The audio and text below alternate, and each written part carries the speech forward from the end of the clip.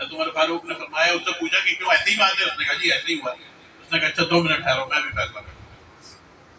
آپ اندر گئے، اپنی تلوار نکال کے لائی اور فرمایا کہ جو شخص بھی رسول کریم صلی اللہ علیہ وسلم کے فیصلے کے اوپر کچھ فیصلہ چاہتا ہے تو عمر کا فیصلہ یہ ہے کہ اس کی گردن اڑا دی، قتل کر دیا۔ اب پورے مدینہ منورہ میں یہ بات پھیل گئی کہ عمر نے ایک مسلمان کو قتل کر دیا۔ رسول کریم صلی اللہ علیہ وسلم کے سامنے معاملہ آیا، آپ نے فرمایا کہ عمر نے بالکل صحیح کیا۔ جو شخص بھی رسول کریم صلی اللہ علیہ وسلم کے فرمان کے بعد یہ سوچتا ہے کہ نہیں میری یہاں سے گنجائش نکل آئے گی، یہاں سے گنجائش نکل آئے گی، تو کوئی صحابی اس کی گنجائش نہیں نکال سکتا۔ آج میں اور آپ کہاں سے گنجائش نکالیں؟ آج میرے اور آپ کے پاس کون سی گنجائش ہے؟ جب رسول کریم صلی اللہ علیہ وسلم نے فرمایا کہ تمہاری بقا اسی میں ہے کہ تم صحابہ کا اتباع کرو، پھر میں اور آپ یہ کیسے کہہ سکتے ہیں کہ جی میں قرآن پڑھ کے ہدایت لے لوں گا، میں حدیث پڑھ کے ہدایت لے لوں گا؟ نہ مجھے صحابی کی ضرورت ہے، نہ مجھے کسی تابعی کی ضرورت ہے، نہ تبع تابعی کی ضرورت ہے۔ یاد رکھیے اگر ان لوگوں کو چھوڑ دیا تو تم خود بھی آوارہ ہو جاؤ گے، اور آوارہ کا کوئی پوچھنے والا نہیں ہوتا، وہ کس جہنم میں جا کے گرے، کس گڑھے میں جا کے گرے، کوئی اسے اٹھانے والا نہیں ہوتا، کوئی اس کا مددگار نہیں ہوتا۔ الحمدللہ نحمدہ ونستعینہ ونستغفرہ ونؤمن بہ ونتوکل علیہ ونعوذ باللہ من شرور انفسنا ومن سیئات اعمالنا، من يهده الله فلا مضل له ومن يضلله فلا هادي له، ونشهد أن لا إله إلا الله وحده لا شريك له، ونشهد أن سيدنا ونبينا ومولانا محمدا عبده ورسوله، صلى الله تعالى على خير خلقه محمد وآله وأصحابه أجمعين، أما بعد فأعوذ بالله من الشيطان الرجيم، بسم الله الرحمن الرحيم، ألم يجدك يتيما فآوى ووجدك ضالا فهدى ووجدك عائلا فأغنى، فأما اليتيم فلا تقهر وأما السائل فلا تنهر، وأما بنعمة ربك فحدث، صدق خالقنا العظيم۔ آج 29 اگست 2025 کوٹلہ مغلاں ضلع جامپور کی یہ عظیم الشان سیرت النبی اور استحکام پاکستان کانفرنس میں اللہ تعالیٰ نے ایک مرتبہ پھر حاضری کی توفیق عطا فرمائی۔ باوجود اس کے کہ پورے ملک کے اندر اس وقت ایک سیلابی کیفیت ہے اور ہر طرف پریشانی ہے، فکر ہے، اور یہاں پر آپ کے اس علاقے میں الحمدللہ بہت اطمینان بھی ہے، سکون بھی ہے، لیکن ہمارے لاہور سے لے کر اور ملتان تک اور جو علاقے دریا کے کنارے ہیں وہاں پہ مستقل پریشانی کی خبریں بھی آ رہی ہیں۔ اس سے پہلے شمالی علاقہ جات میں جو طوفانی سیلاب آئے اور اس میں نقصان ہوا لوگوں کا، ان تمام حالات میں اور ان تمام رکاوٹوں کے باوجود، ان تمام مشکلات کے باوجود اللہ تعالیٰ نے ہمارے اس وعدے کو پورا کیا کہ جو ہم نے جناب مولانا عطیق الرحمان ارشد صاحب نے کیا، اور یہ ان کی محبت ہے اور تعلق ہے کہ کل باوجود اس کے کہ کئی مرتبہ جس سے بھی پوچھتے تھے وہ کہتے تھے کہ بہتر یہی ہے کہ آپ گھر میں ٹھہریں، لیکن ان کی محبت اور آپ حضرات کا جو طلب تھی وہ ایسی تھی کہ بہرحال اللہ تعالیٰ نے خیریت سے ہمیں یہاں پہنچا دیا۔ چند باتیں ابتدائی طور پہ عرض کر دیتا ہوں، جس کی تفصیل تو حضرت مولانا عبدالرؤف فاروقی صاحب بیان فرمائیں گے، اور وہ بات تھوڑی سی سمجھنے کی ہے۔ حضرت عیسیٰ علیہ السلام کے دنیا سے جانے کے بعد جب اللہ تعالیٰ نے ان کو آسمان پہ اٹھایا اور ان کی تعلیمات کے مطابق کہ ان کے جانے کے بعد رسول کریم صلی اللہ علیہ وسلم کا ظہور بھی ہونا تھا اور آپ نے بطور نبی اس دنیا میں تشریف لانا تھا، تو یہ ایک لڑائی تھی جو یہودیوں اور عیسائیوں کے درمیان چلتی رہی، اور عیسائیوں نے یہودیوں کو اتنا مارا کہ آپ کو معلوم ہے کہ خیبر کے علاقے میں ان کو پناہ ملی اور وہاں جا کے ان کا کچھ گزارا ہوا اور کچھ وہاں پہ انہوں نے پناہ لی اور وہاں پہ آباد ہوئے جا کے۔ اگر آپ تاریخ اٹھا کے دیکھیں رسول کریم صلی اللہ علیہ وسلم کی بعثت اور آپ کی ولادت سے پہلے کی، تو آپ کو عیسائی اور یہودی آپس میں لڑتے ہوئے ملتے ہیں،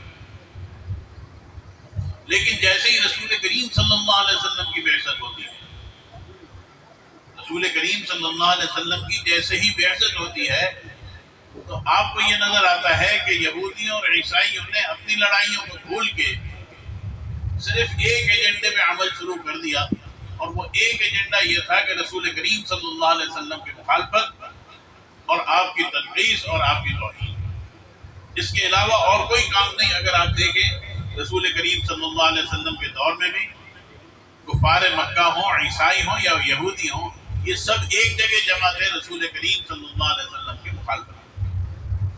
مدینہ منورہ تشریف آوری کے بعد رسول کریم صلی اللہ علیہ وسلم نے ان سے معاہدے کیے کہ تم ہمارے خلاف نہ جنگ کرو گے، نہ کسی جنگ کرنے والے کا ساتھ دو گے، تو انہوں نے ان معاہدوں کو توڑا۔ میں اس بات کی تفصیل میں نہیں جاتا، جو بات سمجھانا چاہتا ہوں میں اس طرف آتا ہوں کہ جہاں مخالفت منہ در منہ چل رہی تھی کہ کبھی لشکر نکلتے تھے، کبھی جسمانی تکلیفیں پہنچائی جاتی تھی، کبھی معاشی تکلیفیں پہنچائی جاتی تھی، وہاں پہ دو گروہ ایسے نکلے کہ انہوں نے دو چیزوں کو ٹارگٹ کیا، انہوں نے نشانہ بنایا، ہدف بنایا دو چیزوں۔ ایک چیز کیا ہے؟ ایک چیز ہے رسول کریم صلی اللہ علیہ وسلم کی رسالت، رسول کریم صلی اللہ علیہ وسلم کی رسالت اور اس کے انکار اور اس کی توہین۔ یہ مستقل ایک عنوان رہا رسول کریم صلی اللہ علیہ وسلم کے دور میں بھی اور رسول کریم صلی اللہ علیہ وسلم کے دنیا سے تشریف لے جانے کے بعد۔ یہ وہ لوگ تھے کہ جو نبوت کا انکار کرتے تھے، اور نبوت کا انکار کرنے کے بعد انہوں نے کچھ ایسے لوگوں کو آگے لے کے آئے کہ جو خود نبوت کا دعویٰ کرتے تھے، وہ جھوٹے نبی تھے۔ تاریخ شروع ہوتی ہے مسیلمہ کذاب سے، تو یہ نہ سمجھیں کہ مرزا غلام احمد قادیانی پہ یا یوسف کذاب پہ آ کے ختم ہو جاتی ہے۔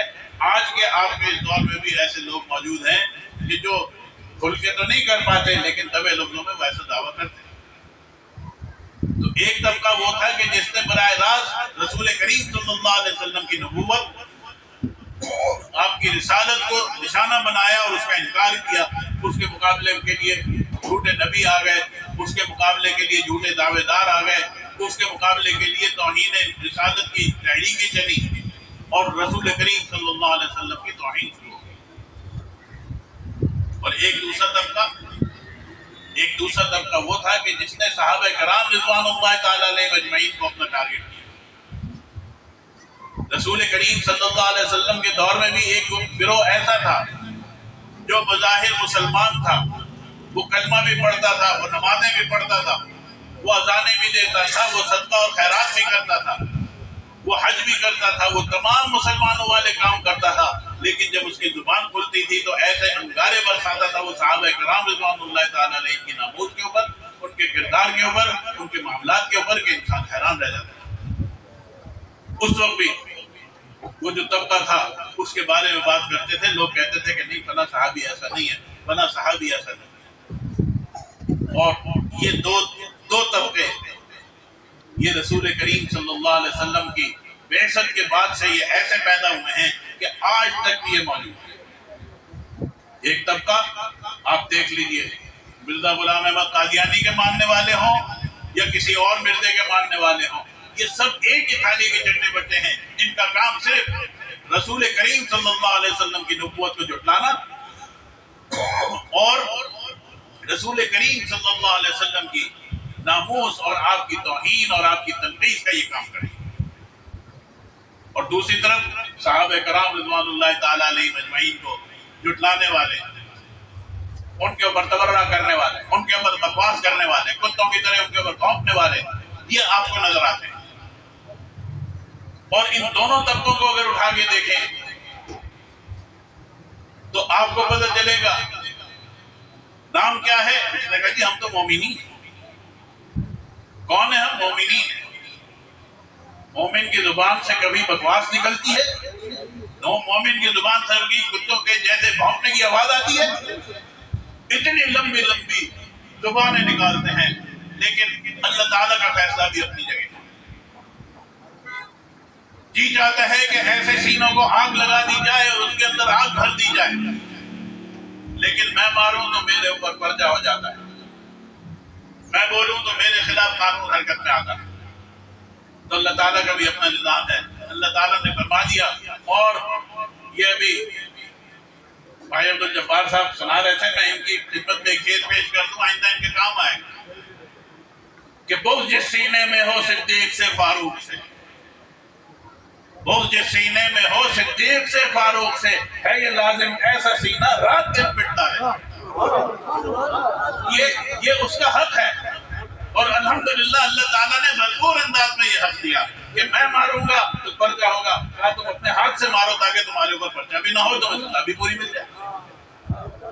یہ بالکل ان کی عبادت ہے، ہم بھی مانتے ہیں کہ یہ ان کی عبادت ہے، اور ہر اس شخص کے کہ جس کی زبان کے اوپر تبرہ ہو، جس کے سینے کے اندر صحابہ سے بغض ہو، ہم بھی آج اس چیز کو سمجھتے ہیں کہ بالکل اس کے ساتھ یہی معاملہ ہونا چاہیے جو الحمدللہ یہ معاملہ خود اپنے ساتھ کرتے ہیں۔ تمہاری نمازیں اپنی جگہ، تمہارا تمام عبادات اپنی جگہ، لیکن ہم تمہاری اس ایک عبادت کے اوپر اللہ تعالیٰ کا شکر ادا کرتے ہیں کہ اللہ تعالیٰ نے تمہیں ایک ایسی عبادت دی تھی کہ وہ ہاتھ تمہارے سینے پر پڑتا ہے، ٹھنڈ ہمارے سینے میں پڑتا ہے۔ فکر نہ کریں، اگر میں اور آپ نہیں کھڑے ہوتے صحابہ کی ناموس کے اوپر، اگر میں اور آپ کھڑے نہیں ہوتے توہین رسالت کے اوپر، اگر مجھے اور آپ کو نظر نہیں آتا، بے فکر رہیں، اللہ تعالیٰ خود میدان میں اترتا ہے، اور جب اللہ تعالیٰ میدان میں اترتا ہے بغیر کسی اسباب کے اترتا ہے۔ مجھے تو ضرورت ہے کہ یہاں جاؤں، ادھر جاؤں، اس سے کہوں، اس سے سفارش کروں، اس سے پوچھوں، چار بندوں کو ساتھ لوں، میں تو اس کا محتاج ہوں، اللہ تعالیٰ تو اس کا محتاج نہیں۔ کہا پھر سینہ بھی تمہارا، غلاظت بھی تمہاری، ہاتھ بھی تمہارا، چھریاں بھی تمہاری، تم پیسے خرچ کر کے چھریاں لاتے ہو، اپنے سینے کے اوپر مارتے ہو، اپنے سروں کو نکالتے ہو، آج جو کچھ کر لو یاد رکھو، داغ دل چمکے گا بن کر آفتاب، لاکھ اس پر آگ ڈالی جائے گی۔ آج بھی صحابہ رسول کریم صلی اللہ علیہ وسلم نے فرمایا کہ میں تمہیں ایسے لوگوں کے ساتھ چھوڑ کے چلا ہوں کہ اصحابی کالنجوم بِأَيِّكُمْ اقتدیتم اہتدیتم، میرے صحابہ ستاروں کی طرح آسمان پہ چمک رہے ہیں۔ کوئی شخص بھی نکلتا ہے میدان میں، صحرا میں جا کے بھٹک جاتا ہے، کوئی راستہ اسے سمجھ نہیں آتا، رات کا اندھیرا ہے، وہ آسمان پہ نظر ڈالتا ہے، ستاروں کی چال کو دیکھتا ہے، اس کو سیدھا راستہ پتہ چل جاتا ہے، وہ میں تو ادھر جا رہا تھا، میرے نبی تو مجھے اس طرف لے کے جاتے ہیں، وہ چل پڑتا ہے۔ پورا کا پورا قافلہ اس کو کہتا ہے تمہارا رخ غلط ہے، تمہارا طریقہ غلط ہے، تمہارے الفاظ غلط ہیں، وہ کہتا ہے کہ نہیں، کوئی غلط نہیں، جب ستارے نے کہہ دیا کہ راستہ یہ ہے تو پھر راستہ وہی ہے۔ جب میرے صحابی نے کہہ دیا کہ جنت کا راستہ یہ ہے تو یاد رکھو جنت کا راستہ وہی ہے، اس کے سوا کوئی اور جنت کا راستہ نہیں۔ بھٹکتے رہو، ٹکریں مارتے رہو، جو مرضی کرتے رہو، لیکن افسوس سے یہ کہنا پڑتا ہے کہ ہم جذبات تو رکھتے ہیں لیکن ہمارے دامن عمل سے خالی۔ آج ہم یہاں بیٹھے ہیں، کس عنوان پہ بیٹھے ہیں؟ سیرت النبی کے عنوان پہ بیٹھے ہیں۔ آج سیرت النبی کا کیا تقاضا ہے؟ اپنی اپنی جگہ پہ اپنے معاملات دیکھیے، اپنے حالات دیکھیے، اپنے کردار کو دیکھیے۔ ہر شخص اپنے گریبان میں خود منہ ڈال کے دیکھے کہ آج میں کس جگہ کھڑا ہوں۔ زبان سے میرے محبت ہے، لیکن میرے جسم کے اوپر، میرے کردار کے اوپر، میرے اخلاق کے اوپر، میرے معاملات کے اوپر کہیں مہر نہیں لگتی اس محبت کی۔ کیا وجہ ہے؟ کون سی رکاوٹ ہے؟ جب مہر نہیں لگتی، جب عمل نہیں ہوتا، جب کردار نہیں ہوتا، جب اخلاق نہیں ہوتے، جب معاملات نہیں ہوتے، تو پھر دیکھ لیں کہ چاروں طرف سے مصیبتیں اور آلام آ جاتے ہیں۔ عدالت میں چلے جاؤ تو پریشانی، دفتر میں چلے جاؤ تو پریشانی، گھر میں چلے جاؤ تو پریشانی، سب سے نکلو کہیں سیلاب آ رہے ہیں، کہیں زلزلے آ رہے ہیں۔ منیر میں جو اتنے بڑے بڑے پتھر آئے ہیں پانی میں بہتے ہوئے، کوئی اتنا بڑا پتھر پانی میں بہا کے تو دکھا دے، جا کے دیکھیں وہاں پہ اللہ تعالیٰ کا عذاب دیکھیں کہ اللہ تعالیٰ نے اتنے بڑے بڑے پتھر، اور وہاں کی عوام کا کہنا یہ ہے کہ ہمارے پہاڑوں کے اندر یہ پتھر موجود ہی نہیں ہے، کہاں سے آئے ہمیں بھی نہیں پتا۔ لیکن ہم کہاں کھڑے، ہم کہاں کھڑے؟ ایک جلسے کے اندر جذبات میں نعرے لگا کے اٹھ جانا اور پھر ان جذبات کو لپیٹ کے اسی جلسے کے اندر چھوڑ کے چلے جانا۔ میرے دوست بزرگوں، پھر کل کو صحابہ کے سامنے کھڑے ہو کے کیا جواب؟ کیا وجہ ہے کہ ہر سال آتا ہے، امن و امان کے حشم دیے جاتے ہیں، اتحاد، رواداری، سارا کچھ ہمیں سکھایا جاتا ہے، لیکن بھونکنے والے کتوں کو کوئی پٹا ڈالنے کے لیے تیار نہیں ہوتا۔ حضرت عمر فاروق رضی اللہ تعالیٰ عنہ کا واقعہ، ایک مسلمان تھا بظاہر،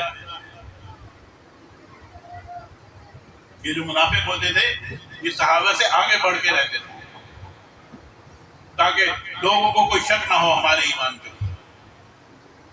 کسی یہودی کے ساتھ اس کا کوئی معاملہ ہوا، بات بڑھ گئی، اس نے کہا کہ چلو کسی سے فیصلہ کراتے ہیں۔ یہودی نے کہا کسی سے کیا فیصلہ کروانا، چلو رسول کریم صلی اللہ علیہ وسلم کی خدمت میں حاضر ہوتے ہیں، ان سے فیصلہ کرا دیں۔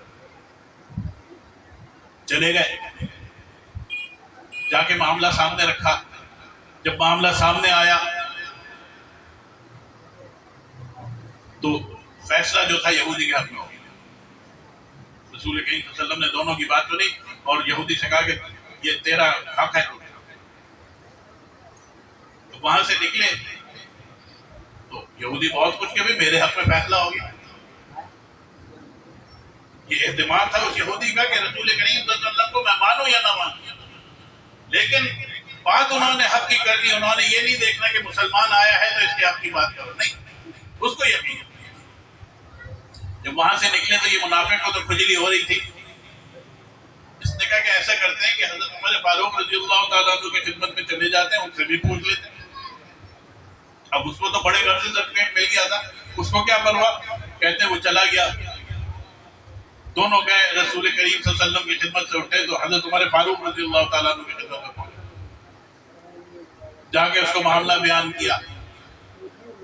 دونوں نے معاملہ بیان کیا۔ جب معاملہ بیان ہوا تو اس سے قبل کہ حضرت عمر فاروق رضی اللہ تعالیٰ عنہ کچھ بولتے، وہ یہودی کہنے لگا کہ جی بات یہ ہے کہ ہم دونوں گئے تھے رسول کریم صلی اللہ علیہ وسلم کی خدمت میں اور وہاں سے میرے حق میں فیصلہ ہو گیا، تو یہ جو منافق ہے، جو مسلمان ہے، یہ کہتا ہے کہ جی آپ سے بھی بات کرنی تھی تو ہم آپ کے پاس آئے۔ حضرت عمر فاروق نے فرمایا، اس سے پوچھا کہ کیوں ایسی بات ہے؟ اس نے کہا جی ایسے ہی ہوا۔ اس نے کہا اچھا 2 منٹ ٹھہرو، میں بھی فیصلہ کروں۔ آپ اندر گئے، اپنی تلوار نکال کے لائی اور فرمایا کہ جو شخص بھی رسول کریم صلی اللہ علیہ وسلم کے فیصلے کے اوپر کچھ فیصلہ چاہتا ہے تو عمر کا فیصلہ یہ ہے کہ اس کی گردن اڑا دی، قتل کر دیا۔ اب پورے مدینہ منورہ میں یہ بات پھیل گئی کہ عمر نے ایک مسلمان کو قتل کر دیا۔ رسول کریم صلی اللہ علیہ وسلم کے سامنے معاملہ آیا، آپ نے فرمایا کہ عمر نے بالکل صحیح کیا۔ جو شخص بھی رسول کریم صلی اللہ علیہ وسلم کے فرمان کے بعد یہ سوچتا ہے کہ نہیں میری یہاں سے گنجائش نکل آئے گی، یہاں سے گنجائش نکل آئے گی، تو کوئی صحابی اس کی گنجائش نہیں نکال سکتا۔ آج میں اور آپ کہاں سے گنجائش نکالیں؟ آج میرے اور آپ کے پاس کون سی گنجائش ہے؟ جب رسول کریم صلی اللہ علیہ وسلم نے فرمایا کہ تمہاری بقا اسی میں ہے کہ تم صحابہ کا اتباع کرو، پھر میں اور آپ یہ کیسے کہہ سکتے ہیں کہ جی میں قرآن پڑھ کے ہدایت لے لوں گا، میں حدیث پڑھ کے ہدایت لے لوں گا، نہ مجھے صحابی کی ضرورت ہے، نہ مجھے کسی تابعی کی ضرورت ہے، نہ تبع تابعی کی ضرورت ہے؟ یاد رکھیے اگر ان لوگوں کو چھوڑ دیا تو تم خود بھی آوارہ ہو جاؤ گے، اور آوارہ کا کوئی پوچھنے والا نہیں ہوتا، وہ کس جہنم میں جا کے گرے، کس گڑھے میں جا کے گرے، کوئی اسے اٹھانے والا نہیں ہوتا، کوئی اس کا مددگار نہیں ہوتا۔ دلوں میں اگر صحابہ کی محبت ہے تو تمہارے چہرے پہ نظر آنی چاہیے، تمہارے کردار میں نظر آنی چاہیے، تمہارے عمل میں نظر آنی چاہیے، تمہارے اٹھنے بیٹھنے میں نظر آنی چاہیے، تمہارے گھر کے ماحول، تمہارے علاقے کے ماحول، تمہارے محلے میں نظر آنی چاہیے۔ صرف جھنڈے لگانے سے اگر کوئی مسلمان ہوتا، کوئی جھنڈے لگانے سے کسی کو ہوتا تو پھر بڑے بڑے جھنڈے لگ گئے اور بڑے بڑے جھنڈے گرتے ہوئے بھی دیکھے، اور بڑے بڑے جھنڈے آج بھی لگے ہوئے ہیں جگہ جگہ، لیکن کوئی پوچھنے والا نہیں۔ میرے دوستوں بزرگوں، بات صرف اتنی کرنی ہے، میں نے صرف تمہید یہ بیان کی ہے کہ دو طبقے ہیں، یہ دو طبقے آپ کے سامنے کھڑے ہیں، رسول کریم صلی اللہ علیہ وسلم کی بعثت کے بعد سے یہ کھڑے ہیں۔ اس وقت وہ تھے، ان کے بڑے تھے، آج ان کی اولاد اور آج ان کے اٹھائی گیرے یہاں سامنے موجود ہیں، لیکن یاد رکھیں ایک طبقہ رسول کریم صلی اللہ علیہ وسلم چھوڑ کے گئے ہیں۔ آج ان لوگوں کا نام لینے والا کوئی نہیں ہے، کوئی شخص یہ نہیں کہتا کہ جی میں مسلمہ کذاب کی نسل میں سے ہوں، کوئی شخص یہ نہیں کہتا میں فلاں گمراہ کی نسل میں سے ہوں، کوئی شخص یہ نہیں کہتا، لیکن کسی بھی صحابی نے اگر کسی جگہ پہ بھی کھڑے ہو کے ایک نعرہ بھی لگایا ہے تو آج اس کی اولاد فخر سے کہتی ہے کہ میرا تعلق اس خاندان سے ہے کہ جس صحابی نے اس مصیبت کے وقت میں رسول کریم صلی اللہ علیہ وسلم کے ساتھ کھڑا ہوا۔ آج تم بھی اگر اس مشکل وقت میں اپنے نبی کا ساتھ دو گے، اپنے رسول کریم صلی اللہ علیہ وسلم کا اتباع کرو گے، اپنے صحابہ کے نام کو زندہ کرو گے، تو یاد رکھو قیامت کے دن پھر وہ دن دور نہیں ہے۔ ہم نے اور آپ نے جانا ہے، کتنے جا چکے ہیں اور کتنے جانے والے ہیں، کل کو ہم نے بھی جانا ہے، قیامت کا میدان ہوگا اور رسول کریم صلی اللہ علیہ وسلم آواز لگا رہے ہوں گے، حضرت ابوبکر صدیق رضی اللہ تعالیٰ عنہ آواز لگا رہے ہوں گے، ہاں بھی فلاں کو لے کے آؤ، فلاں کو لے کے آؤ، فلاں کو لے کے آؤ، کہاں ہے مجھے نظر نہیں آ رہا، میرے پاس لا کے کھڑا کرو۔ اللہ تعالیٰ مجھے اور آپ کو صحیح معنوں میں عمل کی توفیق عطا فرمائے۔ اللہ تعالیٰ اس جگہ کو، اس ادارے کو اللہ تعالیٰ قائم رکھے اور اس کے تمام معاونین کو دامے درہمے سخنے جو اس کی خدمت کرتے ہیں، اللہ تعالیٰ اس کو بہترین ان کو اجر عطا فرمائے۔ وآخر دعوانا الحمدللہ رب العالمین۔